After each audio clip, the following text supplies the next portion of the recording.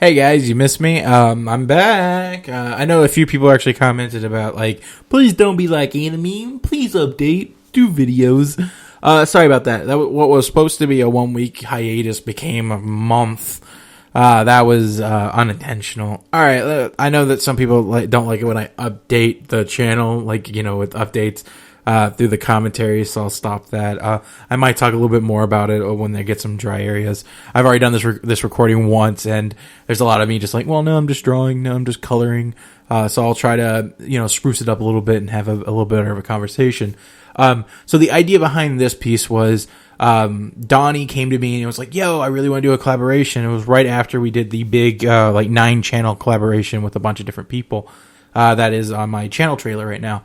And, he really wanted to do it. He's kind of a up and comer. He's got really good branding, really good everything. It's just, he doesn't have the views yet and he needs to get that exposure. And he wanted to work with me. And I'm like, okay, cool, sweet. This guy's pretty talented. Let's do this. The only difficult was he asked me like a month ago, and then just like a week ago, we finally get to do it.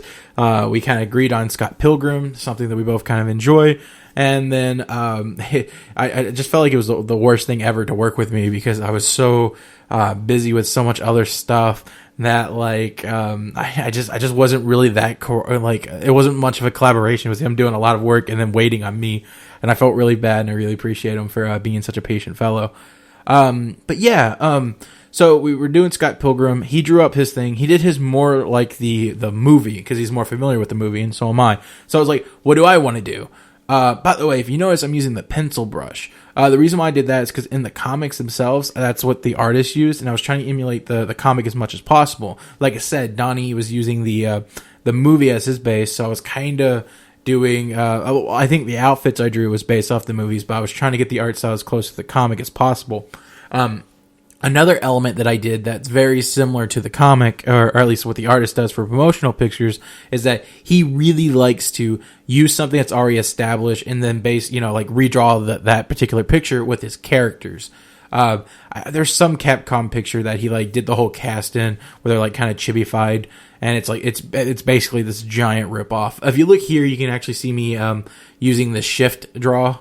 I tried to draw the sword once with normally, and I just couldn't get it straight. And I'm like, well, if you hold shift and you click somewhere and then you click again with your brush, it will automatically draw a straight line.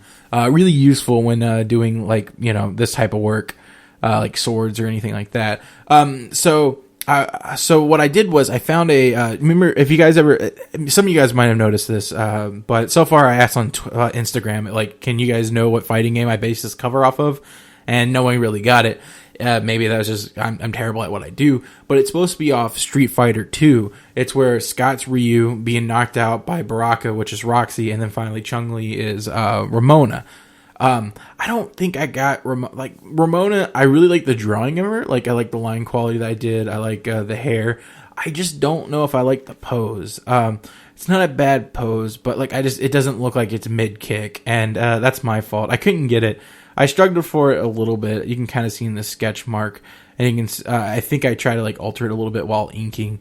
But what's interesting about this thing is that even though I slowed down, which I did, it doesn't look like it, but I definitely did. I doubled it.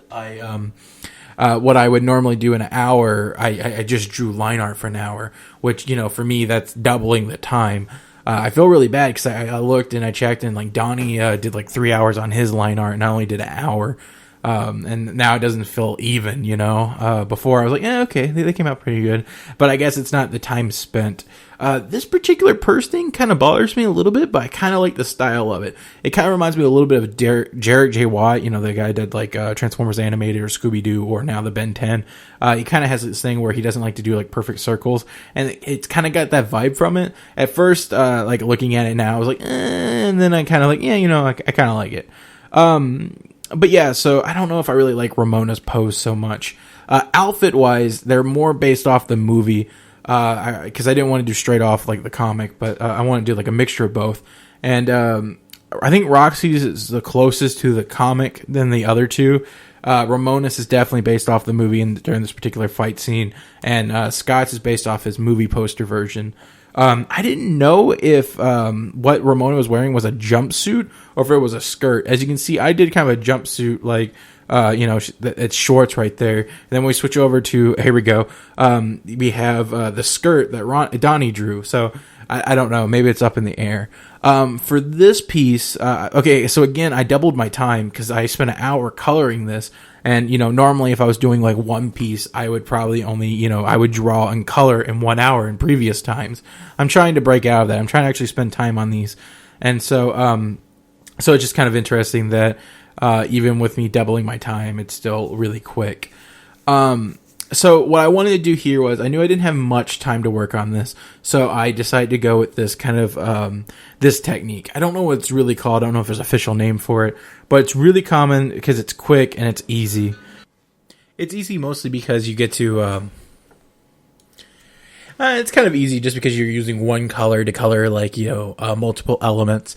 The downside to it is it's one color affecting a bunch of others. And so I just don't think it looks nearly as good as if you individually shade each element in color with certain colors to make it highlight and contrast, in a certain way.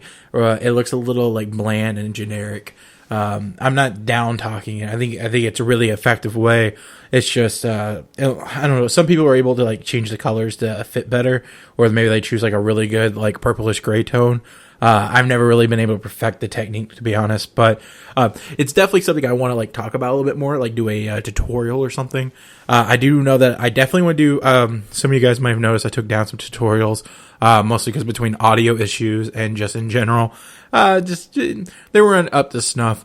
One thing I really want to do is, after redoing those, is moving on to a shading tutorial and like talking about different methods and concepts of shading, and this is one of them that I want to show.